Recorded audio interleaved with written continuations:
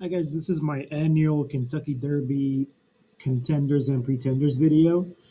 I debated whether to do it this year. I really didn't want to because I think we all know who's going to win, but I thought it'd be fun to do this anyway and put my thoughts on video. So we'll start. We'll start here with Finnick the Fierce. He's the number one. He is blind in his right eye, and it's just going to be really tough for him because there's going to be 17 other horses coming from his right that are going to crush him like an accordion. When an accordion collapses, it's they're going to crush him, and he's going to be boxed in, and he just really has no shot from the one post. Even if they move the gate a little bit, or if he breaks from the number two gate, he's just really has no shot from there. So I'm not really going to. He's not really good enough anyway. So I'm not going to talk about him a whole lot. Max Player, he's the number two. He's going to be in the number two post. This horse is not good enough either, and he's not fast enough to win the Kentucky Derby. But he's one of these horses that often hit the exacta trifecta at big odds in the Kentucky Derby. If you look at the history of the Kentucky Derbies, there's always sort of like a late runner, a closer that comes from behind and finishes second. Basically, these type of horses that are bred to go long, that at the end they just end up passing tired the horses. So I think this is a horse that can finish third or fourth, something like that. Um, I'll show you a little piece of video. I'm not going to have videos for every horse, but this was his performance in the Belmont Stakes. He is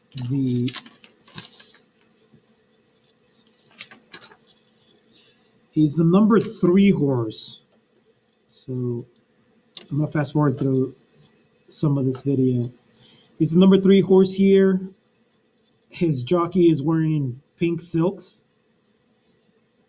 So this is what he's gonna do. He's gonna go all the way to the back, wait to make his move. So I'm gonna fast forward. So right here, this is where he starts making his move. The problem is that he makes his move way too late. Starting to make his move here.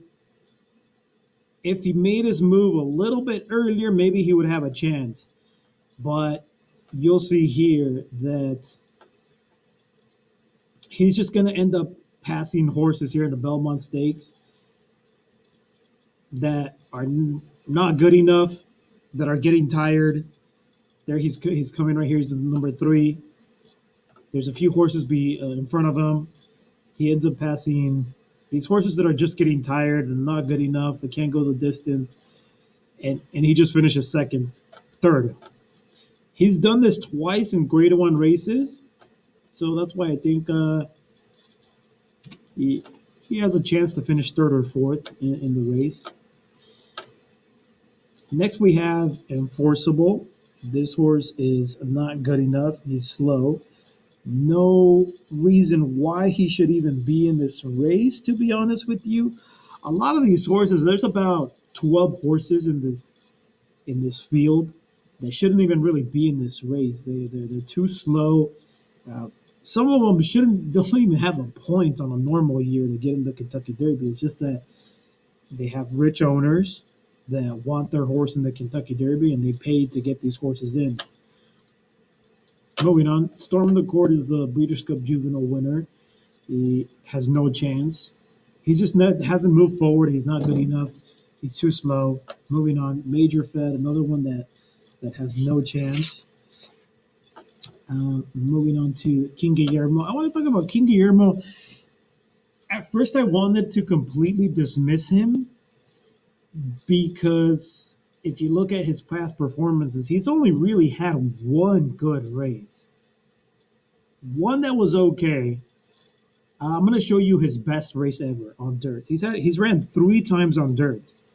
His first race on dirt, it was his maiden race. He had never raced before. He had never won before, and he was awful. He finished sixth by 11 behind by 11 lengths. Then ran a couple of turf races. Then he ran in the race called the Tampa Bay Derby. He was 50 to 1. Nobody thought that he'd win that race, and he surprised everybody. I'm going to show you that race now, and I'm just going to show you the end. So this is probably what King Guillermo is going to try to do. He's going to try to stalk the leader. He's the number 11. His jockey is wearing a yellow silk, so like yellow shirt. Watch what he does.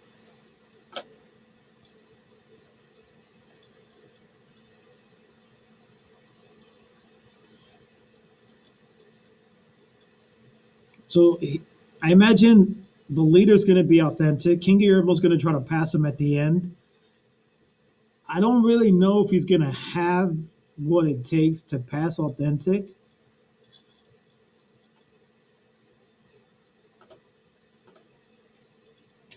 So that was his best race, but this is a lower quality race in the Kentucky Derby. This is a grade 2 race. Um, he went on to run in the Arkansas Derby in May, grade 1 Arkansas Derby. He finished second to high quality horse like Nadal, but he's coming off 4-month layoff, so he hasn't run in 4 months. So he hasn't really prepared well enough to win a race like the Kentucky Derby or even really finish second. I see him maybe sort of holding on for third or fourth. Next horse is Money Moves. This horse is too green. He's only had 3 races in his life, and he's not really a bad horse. He's finished first a couple of times, and then he finished second by a neck in his third race. There's always a horse like this in the Kentucky Derby that is just too inexperienced to have a good performance in the Kentucky Derby. He's gonna he's gonna fold. He's going to. Um, I don't think he's gonna handle the pressure of 17 other horses. He's just too green to have a good performance, and I shouldn't really even be talking about him all that much. South Bend, another one that has no shot. He's too slow. He's not good enough. Was sort of I didn't even know this. I just found out during the post positions that this horse was even in the race. I hadn't even looked at him really, but when I did, I found out he's not good enough. Same thing with Mr. Big News. He's not good enough. Thousand Words is sort of an enigma. I can't really um, form a very strong opinion about him. Um, I sort of think that he had a bad period between he sort of went off form or something happened to him between the months of March and probably June, maybe up to July. He wasn't really a good horse, and he just has too many flaws to consider. I think he's weak minded. He gives up. So I'm not giving him the chances that maybe others are. He's 15 to 1, that which in this field means that people will like him. I don't. I think there's too many flaws to overlook. So I'm gonna say he has no shot. Necker Island has no shot. He's not good enough. I'm skipping him. Sol Volante is a pretty cool horse, but he looked amazing in his first 2 races. He ran on turf, and he looked amazing. To me, he's like his dad. He's a turf miler. Um, that's it for this guy. Attachment rate, no way. Another one. I just don't want to waste your time talking about horses that have no shot to that I feel have no shot to even finish on the board. Winning impression, nope, don't like him. New York Traffic is a cool horse. He's 20 to 1. And I think he may be lower than that in the final odds. I like this horse. He's a cool horse. He's a gray horse. which I don't always like great horses, but this is a really cool horse. He's a son of cross traffic, which doesn't really totally give me the distance vibes. He's not really giving me that vibe that he's gonna be good at a mile and a quarter. But if you look at his races, this horse is still running. I'm gonna show you the Louisiana Derby, and this video is not of great quality, but he is the number 11 horse here. This is a mile and 3/4, 3/16 race. So this is almost the distance of the Derby. And you'll see that he keeps running. He keeps running and he gallops out really well. He gallops out really well in this race. He galloped out really well in his last race in the Haskell as well. He galloped past the winner authentic. So I think he's going to really like this distance, and I really like his running style. So I'll show you a little bit of this race here. He's the number 11. Right now he's second. He's stalking the leader. The winner here was a horse named Wells Bayou. He's drifts a little bit, but he's trying hard. Cross traffic is trying hard. He's doesn't look like he's getting tired. Nobody's even getting close to him. He's still going. I think. Look at this gallop out. They'll show the gallop out, and he gets really close to the winner. I think he passes him eventually. I mean, of course, the other horse is being pulled up, but still, I mean, this gallop out gives me the confidence that New York traffic is going to like the mile and a quarter distance. Next horse is Honor AP. I normally edit these videos together, but this year I don't have time to spend all that time editing videos, so I just did this, using the Kentucky Derby website and some YouTube videos. Honor AP. A lot of people like this horse. I just don't. I don't. I feel like he's not really nimble enough. I feel like he's not agile enough, and he doesn't really have the acceleration to catch the front runners and pass what I think will be the eventual winner. A lot of people like this horse, and I really don't. I still do not understand why a lot of people like this horse. It's a California horse. I think in general the California horses were pretty weak this year. I'm going to show you his last race. I didn't like it at all. He's the number 5 horse. He's stalking the leader. The leader is a horse named 1,000 Words. He's also in the race.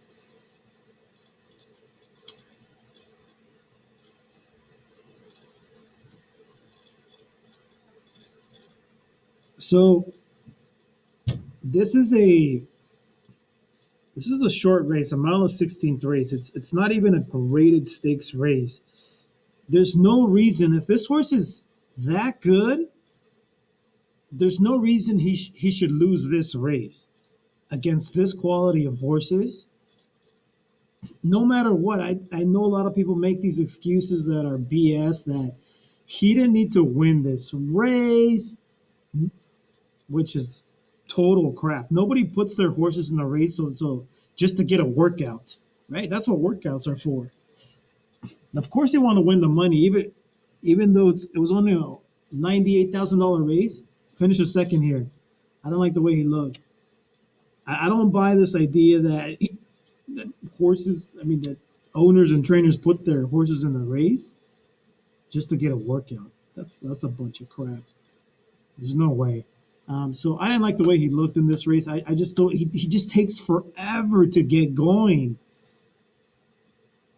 He takes forever to he's like a train, like a locomotive, right? That just those old school that takes forever. He starts off really slow, and in a race like the Kentucky Derby, you need to be going like on the turn. You need to be going already. I feel like he's just gonna take forever to get going. And it's gonna finish like fourth or something. All right, let's see next. Tisla. So Tisla is the favorite. This horse just checks all the boxes. He's done everything that you want in a Kentucky Derby winner, right? He's won graded stakes. He's won four graded one stakes, which is incredible. Uh, he's matured. He's really a man amongst boys.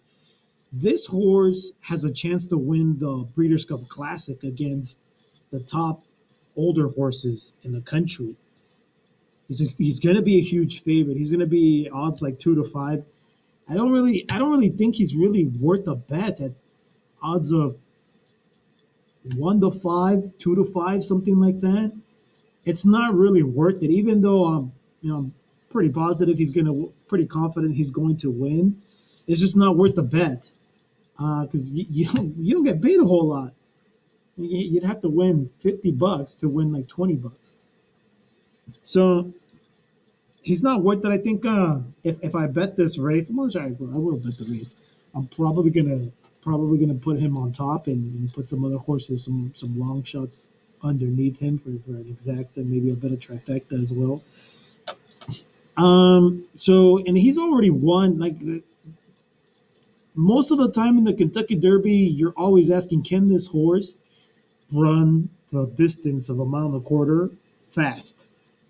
Because they're all going to reach the wire, but can they do it fast? Can they run that distance fast? And we already know that he has.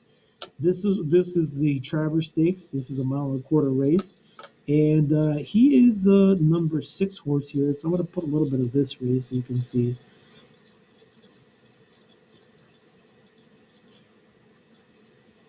So this is the Travers Stakes. He destroyed this field.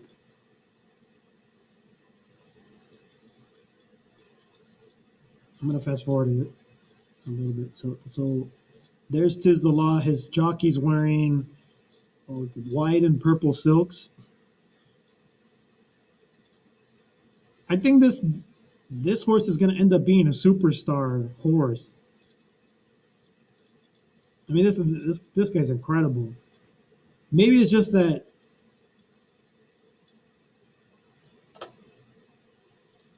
I mean, if you want to see more video of him, you can find it on YouTube, or you can find it in a bunch of other different places. I'm just gonna he's the favorite.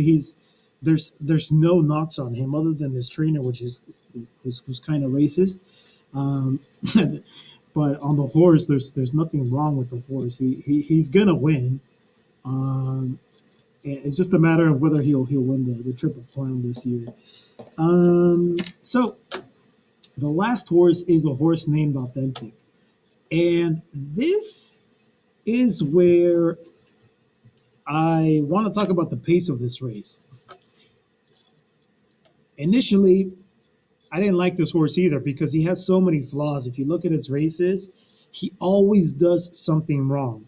He gets goofy in the gate. He gets distracted. He starts jumping up and down. He breaks bad. He trips. He starts drifting when he's running down the stretch. There's so many flaws that this horse has that I thought there's no way you can't do that on the Kentucky Derby with 180,000 people there. No way this horse is gonna.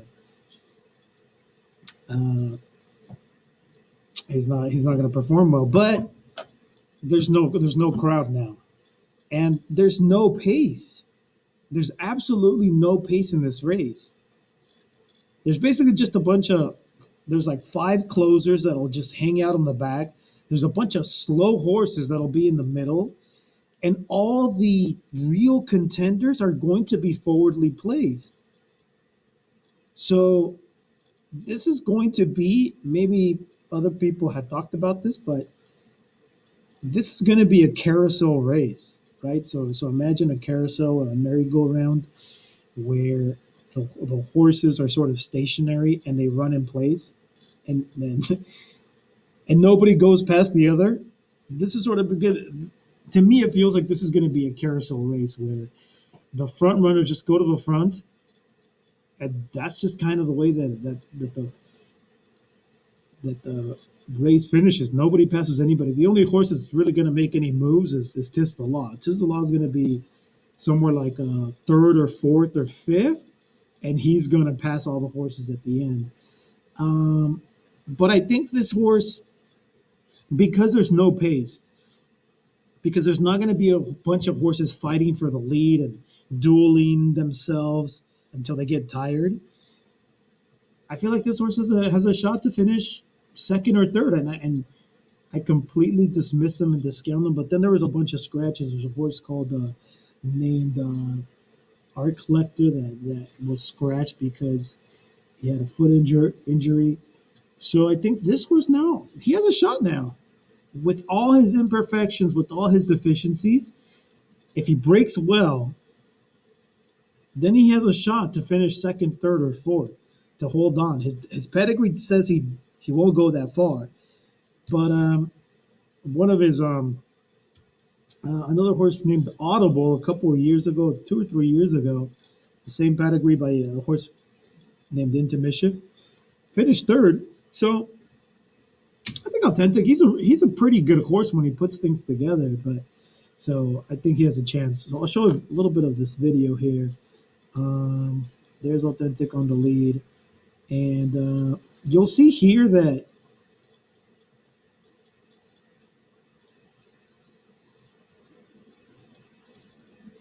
so he goes to the lead. It looks like he's going to win this easy, and not really sure if he got tired at the end. He looks like he's still running, or maybe this is just an optical illusion, and New York Traffic was just putting it together and caught him and passed him at the end after the wire. Based on this gallop out, he doesn't totally look gassed. He does get passed by New York Traffic, but he doesn't look completely exhausted. So I think maybe he has a shot to hang on for a piece. Whereas maybe a few days ago I didn't like him at all. So that's it, guys. That's my Kentucky Derby. The contenders to me, Tis the Law's going to win. I think Authentic or New York Traffic are going to finish second. And then in third, maybe like a horse like King Guillermo will hold on for a piece, or Max Blair will come from behind and also get a piece and finish third or something like that. Honor AP is the other horse that a lot of people like. I'm going to fade him. I'm going to say he doesn't get there. He doesn't finish in the top three. That's it. That's my video, guys. Thank you for watching.